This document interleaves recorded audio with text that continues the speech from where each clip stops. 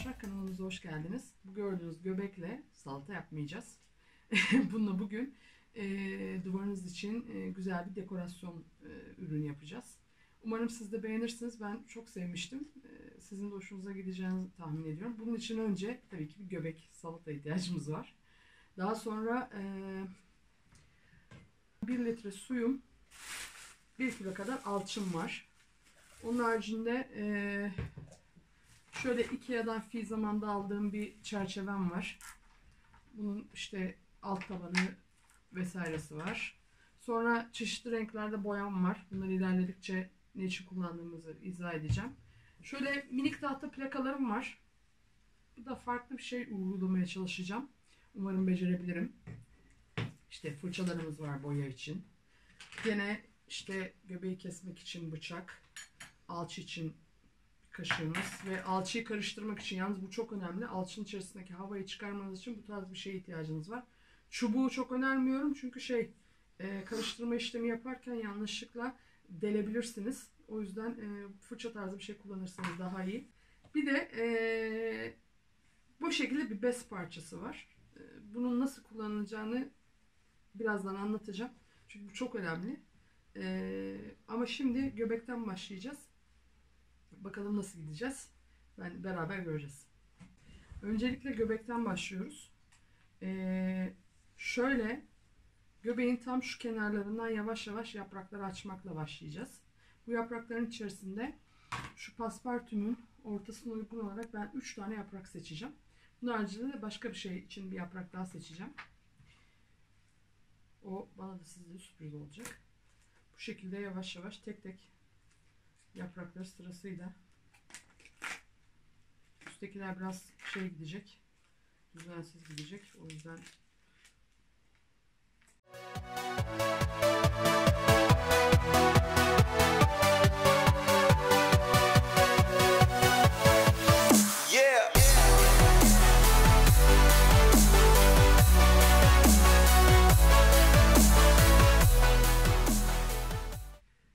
göbek salatamızı bu şekilde açtık. Yalnız bununla ilgili küçük bir uyarıda bulunacağım size. Göbek alırken çok sıkı almayın. Biraz daha senmiş ya da biraz daha açılmışını alın. Çünkü o çok sıkı olanları açmak gerçekten çok zor oluyor. Hatta ben senmiş bir tane almama rağmen işte bu kadar bir 5-6 yaprak falan çıkarttım. Bir de tabii göbeğin dışarısından böyle yapraklar çok muntazam açılacakmış gibi gözükse de orta göbeğinden ne çıkacağını bilmiyorsunuz. Bir iki tane veya 3-4 tane bile göbekten bu kadar yaprak çıkartamayabilirsiniz veya bir göbekten şansınızı çok güzel yapraklar çıkartabilirsiniz. Ben şöyle 5-6 tane yaprak ayarladım. Tabi bunların hepsini kullanacak mıyım bilmiyorum ama elimden geldiğince dolduracağım. Şimdi şunları şöyle çekiyorum öne doğru. Bunları yalnız çıkartırken kırmamaya ve zedelememeye çok dikkat edin. Çünkü kırılırsa alçıyı sızdıracak. Şimdi ben şöyle bir fırın tepsisi kullanacağım. Çünkü bunları kuruyana kadar taşımak zorunda kalabilirim. İşte zarar görmemesi için. Şöyle de evde kullandığımız, herhangi bir şey için kullandığımız veya kullanmadığımız bir bez parçası kullanıyoruz. Şimdi bunu göbekleri desteklemek amacıyla kullanacağız bu bez parçasını. Bez parçasının orta göbeğine şöyle her yaprak için destekler hazırlayacağız. Bir de tabi bu yaprakların ne şekilde durmasını istiyorsak ona da destek atacağız. Mesela şimdi bu yaprak belki daha duruyor ama ben birazcık daha onu şöyle içe doğru daha derin durdurmak istiyorum. O yüzden şöyle biraz içe doğru ittireceğim onları.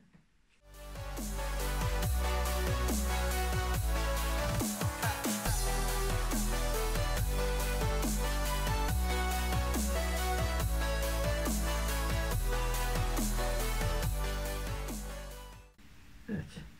Bunu da böyle bir hale getirdim. Şimdi tepsime bunları dizdim. Tepsimi kenara alıyorum. Şimdi alçımı hazırlayacağım. Alçıyı en hızlı kuruyacak olan alçıdan seçiyorsunuz. Saten alçısı diye olan, yanlış hatırlamıyorsam. Şimdi bunu yaparken de şöyle birebir ölçüden yaparsanız çok sulu oluyor.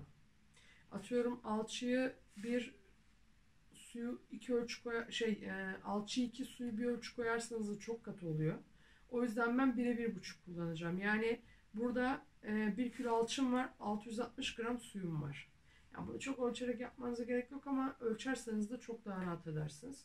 Şimdi yavaşça karıştıra karıştıra erite erite bu alçıyı suyun içerisine katıyorum.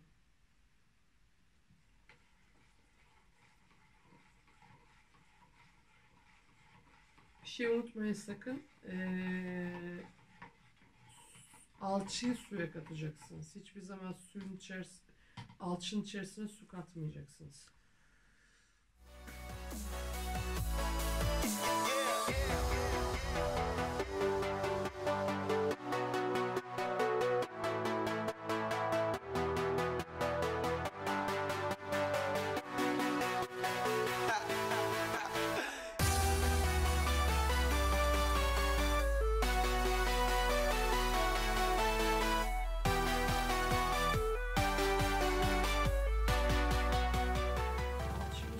Gördüğünüz gibi bir koyu salep kıvamı gibi bir şey oldu. Dediğim gibi 1'e 1,5 yaparsanız yeterli oluyordu, öyle denedik biz de. Şimdi önce müsaade ederseniz ben azıcık şurayı toplayacağım. Ondan sonra tepsimi alacağım ve alçımı dökmeye başlayacağım. Alçımı şöyle kenara alıyorum. Yapraklarımı ön içime çekeceğim.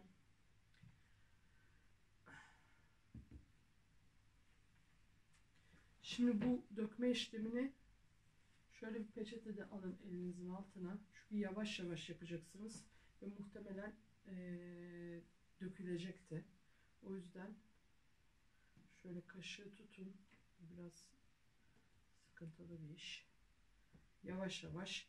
Bir de bir anda hepsini doldurmayın çünkü şey olacak. Yaprakların yerini ayarlamanız gerekecek.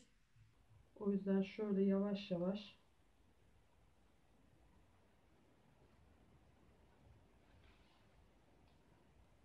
şu anda tasımız çok fazla dolu. O yüzden biraz şöyle maşrapamız pardon. Daha pratik bir şey yapalım o zaman. Şöyle elinizi alın. Kaşıkla dolduralım. Şu an çünkü çok fazla dolu. Kaşıkla biraz dolduralım. Bu değil de bak bunu nimetle yapıyoruz. Çarpılmayalım lan. Çarpılmayız diye umuyorum. Arkasından çünkü daha çok nimetle yaptığımız bu tarz çalışmalar olacak. Bütün günah senin. Allah'ım amin. İnşallah.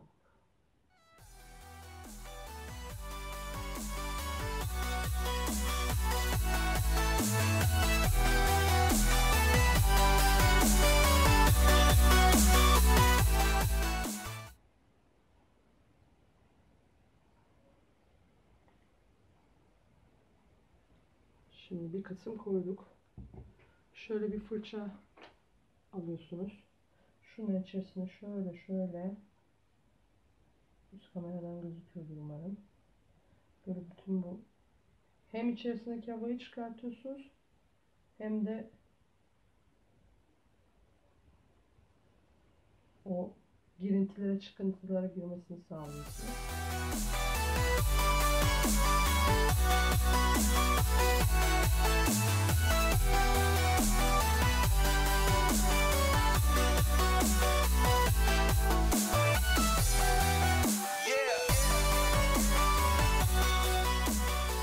Kalan alçı maalesef kalacak.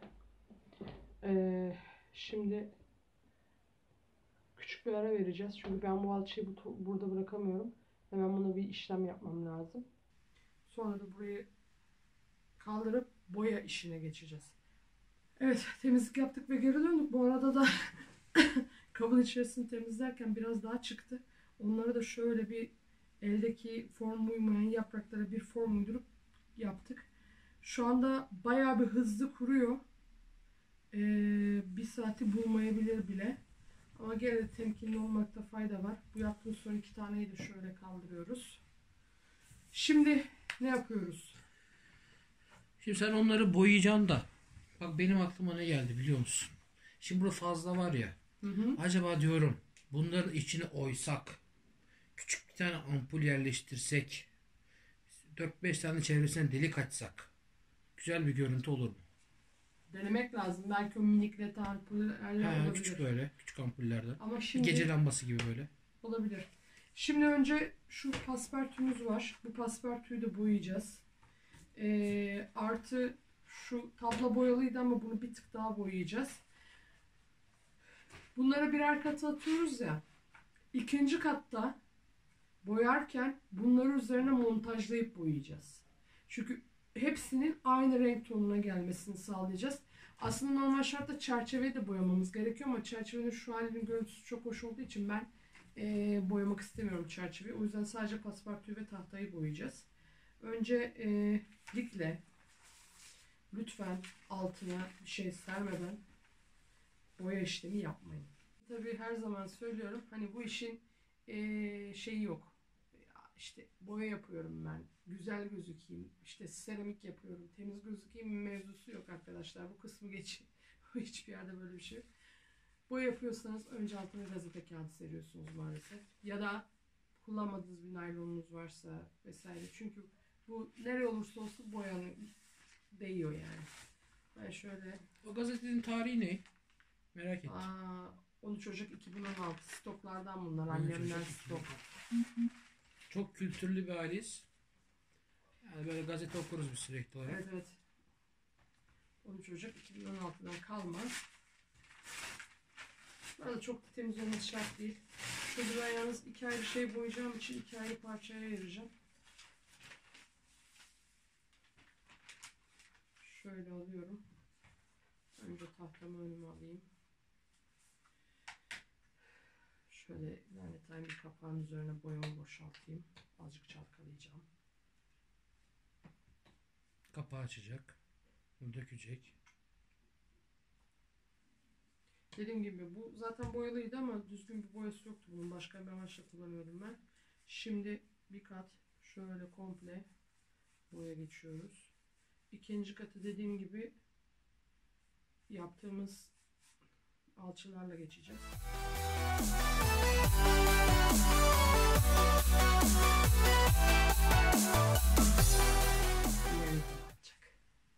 Eldiven kullansaydım batmazdı. Eldivenle bazı şeyler o kadar rahat yapamazsınız. Yani eldiven kullanayım da temiz olayım diye uğraşmayın. Zaten bu boyalar akrilik. 2 dakika içerisinde elin üstünün altında çıkartırsınız. En fazla yarın bir sonraki yıkamanızı çıkartır. Şunu kenara alıyorum. Şimdi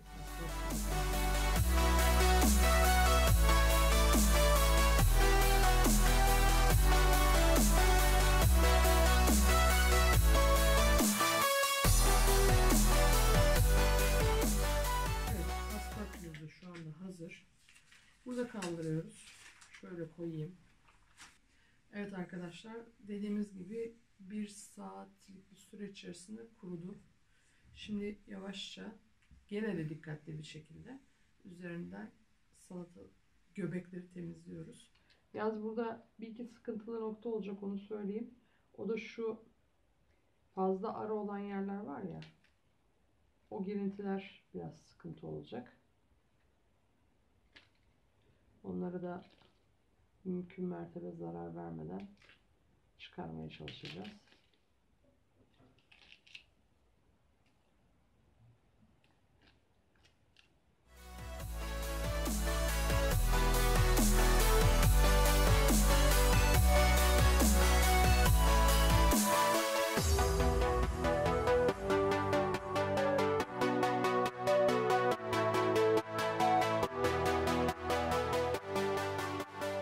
Arkadaşlar, temizlik işlerimiz bitti. Şimdi öncelikle şundan bir komple kurtulalım. Ondan sonra da çerçevemizin organizasyonuna geçeceğiz. Evet, şimdi arka tabanımızı koyduk. Paspartümüzü yerleştirdik. Şöyle bir şekle bakacağız.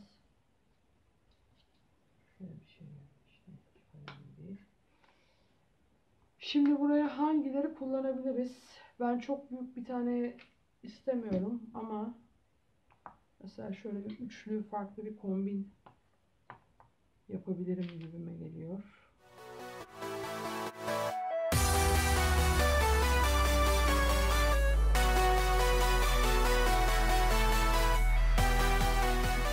Ama ben bu ürünü kullanacağım çünkü çok hoş durdular. Öncelikle bunları yapıştırmadan evvel biraz alt tabanlarını zımparalayacağım. Şunları bir kenara ayırayım. Şu gazete kağıdımı alacağım önüme.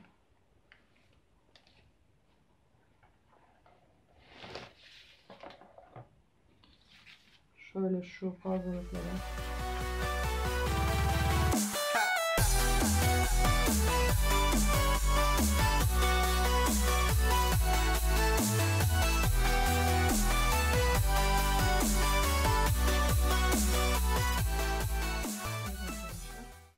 Şimdi objelerimizi boyamaya başlıyoruz. Bunları dediğim gibi ben komple beyaz yapacağım. O yüzden beyaza boyayarak başlıyorum.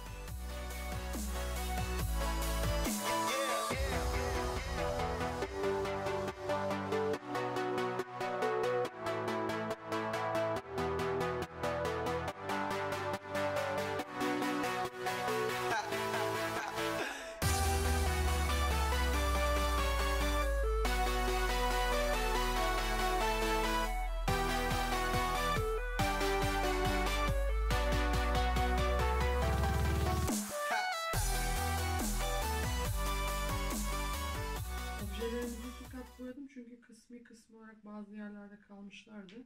Üzerine de vernik de yaptım. Ben normal evimde bulunan yarım at verniğimi kullandım ama taş vernik bulabilirseniz eğer bu tarz şeyler için veya alabilirseniz daha güzel olur. Ama dediğim gibi ben sadece elimde olan malzemeyi değerlendirmek amacıyla yaptığım için yeni bir vernik almak istemedim. Bayağı var çünkü elimde. Şimdi çerçevemi, zeminini değiştirdim bu arada fark ettiyseniz. O da şöyle. Üzerine objeleri koyduğum zaman beyaz biraz fazla kayboldu.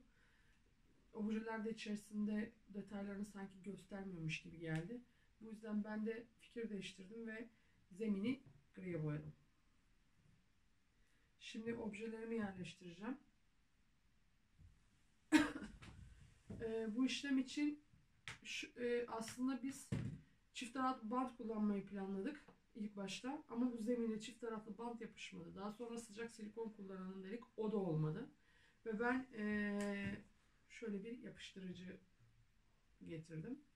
Bu cam yapıştırmak için kullanılan bir yapıştırıcı. Yani normal silikon veya mastik değil. Şimdi bunu yapıştırmaya başlamadan önce gene objelerimin yerlerini belirleyeceğim. Neyi nasıl koyarım diye şöyle bir tasarlamak istiyorum.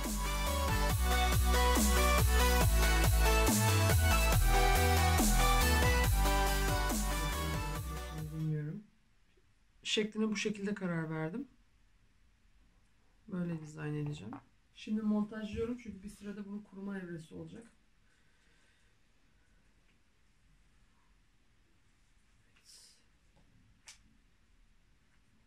Şimdi yapışkanımız biraz zorlandık. Biz açtık. Şimdi sıkıyoruz.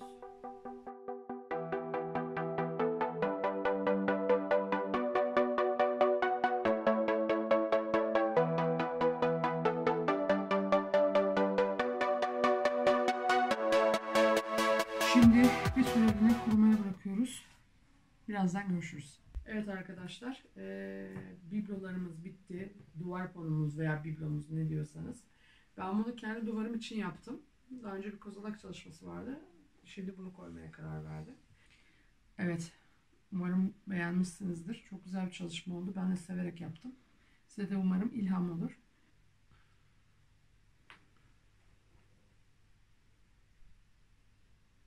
Evet arkadaşlar, videomuzu beğendiyseniz beğen butonuna basmayı, bizi takip etmeyi, yorum yapmayı ve paylaşmayı unutmayın.